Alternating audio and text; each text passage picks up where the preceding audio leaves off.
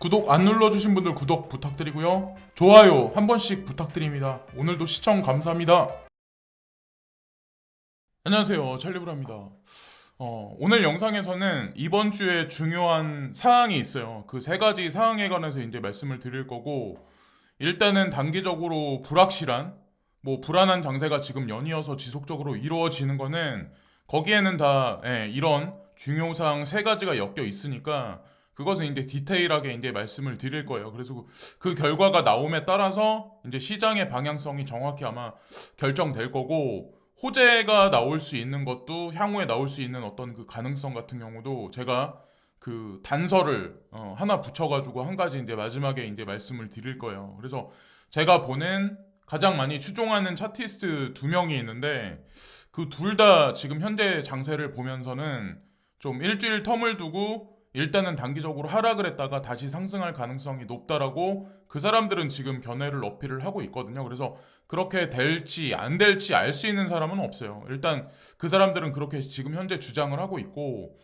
자, 여기 이제 뉴스부터 이제 말씀드리면, 서클 아시아 확장 일환으로 일본 엔화 스테이블 코인에 투자를 했다. 그러니까 원래 서클 하면은 보통 우리가 알고 있는 상식적으로는 달러하고 패깅돼서 USDC라는 스테이블 코인만 발행을 하는데, 엔화까지 거기 덧붙인다는 얘기는 향후에 더 큰 유동성이 들어올 수 있는 하나의 모세 혈관을 하나 더 확장했다, 이런 관점으로 보시면 돼요. 그래서 서클이 여기 보시면은 지역본부, 싱가포르의 지역본부 하나를 더 하나 더 건설했다, 이런 얘기도 있어요. 그래서 제가 한 가지 짚고 넘어가서 이제 말씀드리려고 하는데, 이 USDC라는 이 스테이블 코인은 달러에 패깅됐기 때문에 전형적인 미국이라고, 이제 미국이 전형적으로 다 이렇게 장악했다라고 보시는 분들이 있는데, 사실은 그렇지 않다라는 걸 이제 제가 말씀드리려고 하는데, 원래 서클사가 처음에 이제 탄생하고 나서부터 이제 중요한 게 뭐냐면,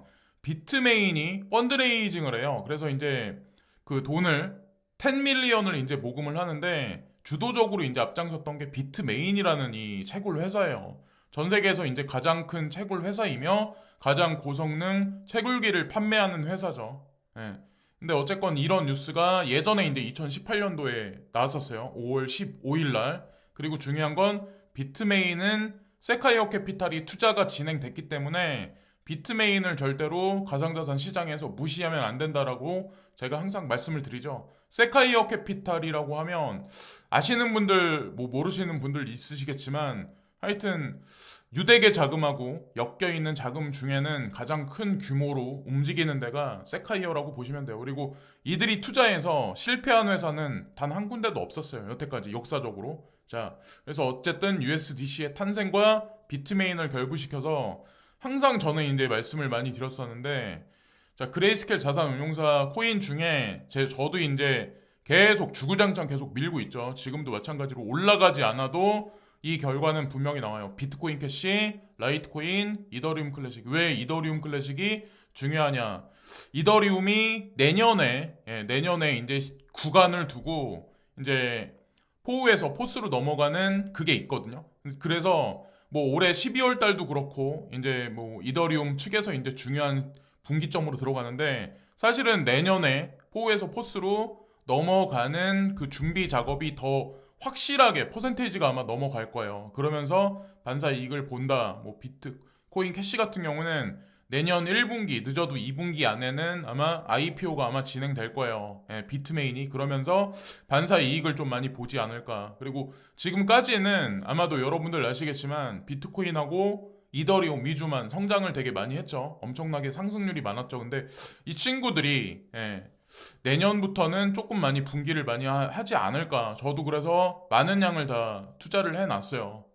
가장 최근에 많이 샀던 거는 이더크를 좀 많이 사놨어요. 그리고 IDG 캐피탈이라고 해가지고 디지털 커런시 그룹도 이때 이제 펀드레이징 하면서, 서클사의 펀드레이징 하면서 사실은 관여가 돼 있었고, IDG 캐피탈도 마찬가지로 관여가 돼 있는데, 참고로 IDG 캐피탈은 디지털 커런시 그룹의 지분을 또 확보를 하고 있어요. 그래서 같이 몰려다닌다, 이런 관점으로 이제 보시면 돼요. 그리고 비트메인에 관해서 이제 한 가지 더 말씀드리려고 하는데, 아시아 최고의 암호화 금융 서비스 플랫폼 매트릭스 포트. 그래서 싱가포르에 이게 건설이 됐었거든요. 예전에 2년 전에 이제 건립이 됐었는데 10억 달러. 그러니까 그 원화로 환산했을 때는 얼마 정도냐면 1조 1,700억 원 정도 돼요. 이 정도 자금 지금 규모가 되는데 매트릭스 포트가 뭐 하는 데냐면 가상자산을 받고 내가 이 피앗 머니로 융통을 해주고 뭐 하여튼 커스터디 서비스 해두고 이게 종합 금융 서비스를 한다고 이제 보시면 돼요. 그리고 여기도 마찬가지로 IDG 캐피탈이 이제 관여가 돼 있어요. 다 그러니까 거미줄만 같이 다 얽히고 설켜 있다라고 보시면 되고 이 회사는 홍콩과 스위스에서 라이센스를 보유하고 있다. 그래서 이미 제도권 정부한테 승인 허가를 받은대요. 특히나 여기 홍콩과 스위스라고 여기 얘기가 나와 있죠. 그래서 직원들이 220명 정도 되고 있고 앞으로도 아마 규모가 점진적으로 더 커질 가능성이 높다는 거죠. 그러니까 우지한이가 이거는 설립을 했었어요. 2년 전에. 그리고 이건 악재 뉴스일 수도 있는데 이렇게 시장이 불안하면 악재 뉴스가 하나둘씩 나와요. 여러분들 아시겠지만 없던 뉴스도 만들어내요. 그게 미디어예요. 미디어를 조종하는 자들이 또 후면엔 있는 거고. 그래서 여기 시안 벨이라는 이분이 영국의 하원 의원인데 이 뭐 지하철이나 뭐 어떤 뭐 광고 전광판 이런데 전면적으로 가상자산에 관한 광고를 중단해야 된다. 계속 주장을 7월 달부터 계속 하고 있었대요. 이분 같은 경우. 그래서 아직 제도권 수용도 안 돼 있는 상황에서 피해자가 나올 수 있으니까 이거를 중지해야 된다. 이런 식으로 이제 주장을 하시더라고요. 뭐 이분 말씀이 물론 한편으로 맞긴 하지만 어쨌건 왜 하필 지금 이런 뉴스가 나오냐는 거죠. 그리고 자, 이거는 이제 2020년이라고 여기 써 있는데 2021년도 한국 부자 보고서예요. 한국 부자 보고서. 그래서 이게 토큰포스에 이 뉴스가 나왔더라고요. 그래서 암호화폐 투자 글쎄 한국 백만장자 암호화폐 투자 부정적이다. 근데 백만장자? 백만장자라고 하면 어느 정도 가지고 있으면 돈이 부자일까요? 부자라는 사람들이 왜 이제 투자를 꺼려하냐? 투자 손실의 위험이 커서 암호화폐 거래소를 신뢰할 수 없어서 다 맞는 얘기예요. 특히나 암호화폐에 대해 잘 몰라서. 그래서 제가 강조해서 말씀드리고 싶은 게 있는데 여기 나와 있는 거대로 여러분들이 하나의 어떤 그 질문에 관해서 동감을 한다면 투자하시는 규모액을 대거로 줄이셔야 돼요. 내가 확신이 없으면 투자를 중단하셔야 돼요.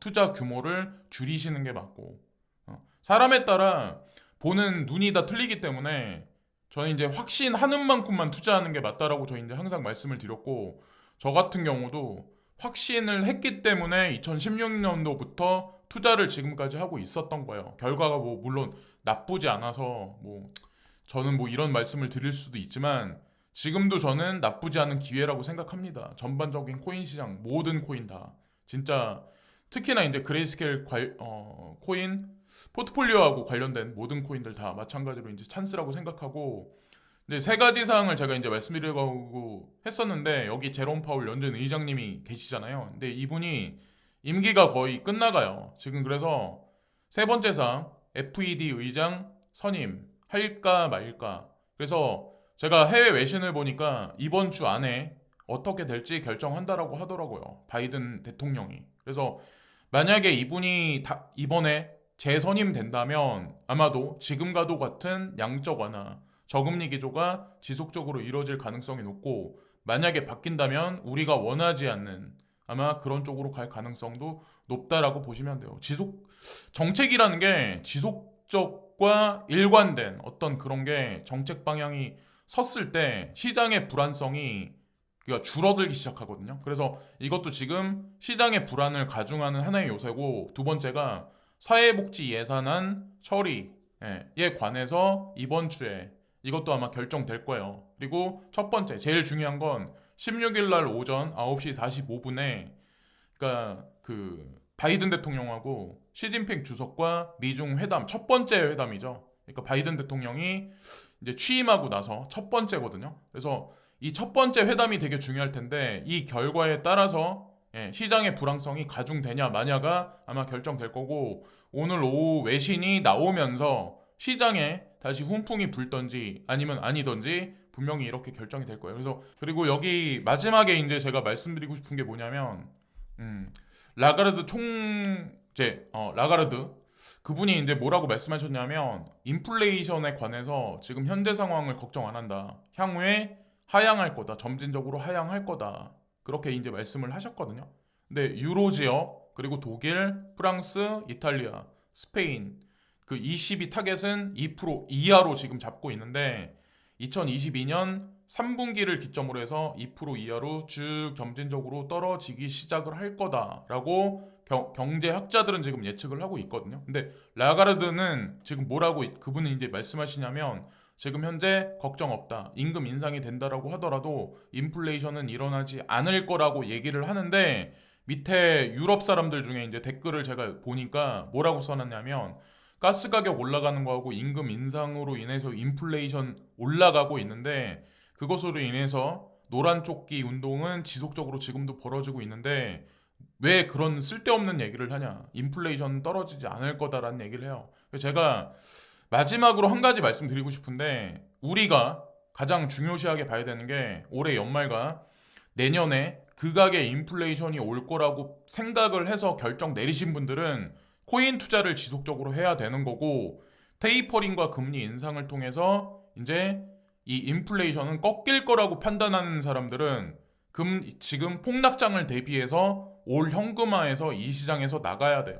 제 말이 아마 분명히 맞을 거예요. 근데 각자의 판단은 각자가 하셔야 돼요. 저는 기상 이변으로 인해서 뭐 옥수수 가격이든 밀 가격이든 전반적으로 다 인플레이션이 내년에는 더 많이 올라갈 거라고 이미 생각을 정리를 해서 판단을 맞춰놓은 상태이기 때문에 지금 현재 단기적 불안한 상황에서 저는 1회 1비하지 않을 겁니다. 그리고 제가 말씀드렸던 코인들 저도 다 똑같이 다 포트에다 정비해서 폭발할 때까지 그냥 기다릴 거고 그리고 예전에 이제 베리 실버트가 저도 이거를 계속 언급을 하고 말씀을 많이 드리는데 베리 실버트가 자 그런 얘기를 했었죠. 얼마 전에 11월 2일 날이에요. 정확히 11월 2일 날 이제 중국이 비트코인에 언변하는 시간이 가까워지고 있다라는 얘기를 했었죠. 저는 10월 달부터 중국은 반드시 돌아올 거다라는 얘기를 했었고 베리 실버트가 시그널을 줬었고 21일까지 중국은 대중들한테 여론조사를 해요. 자, 블록체인과 코인 시장에 관해서,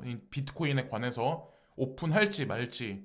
자, 그래서 온갖 데이터, 빅데이터를 총 집합해서 거기서 결론이 나온 거에 관해서 중국이 아마 반응을 할 거예요. 저는 중국이 반드시 오픈할 거라고 생각하거든요. 중국이 돌아온다, 불장이 온다, 사람들의 댓글이 지금보다 훨씬 많이 달린다, 찰리 브라운 조회수가 엄청나게 올라간다. 우리는 그때가 되면 점진적으로 매도를 어느 정도는 이익 실현을 하셔야 돼요. 그래서 어쨌건 중국이 다시 컴백하는 시그널, 이 기점이 아마 불장으로 가는 아마 시그널이 오지 않을까 생각을 합니다. 21일까지 데이터 조사한다고 하니까 빠르면 요주 안에 늦어도 12월 어느 순간에 아마 분명히 얘기를 할 거예요.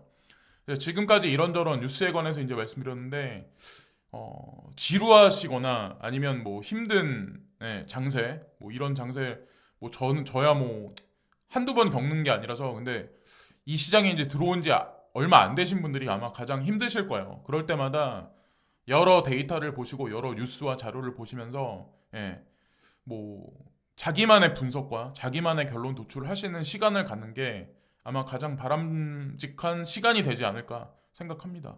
오늘도 시청해주신 많은 분들께 진심으로 감사드리고요. 구독과 좋아요 부탁드려요. 감사합니다.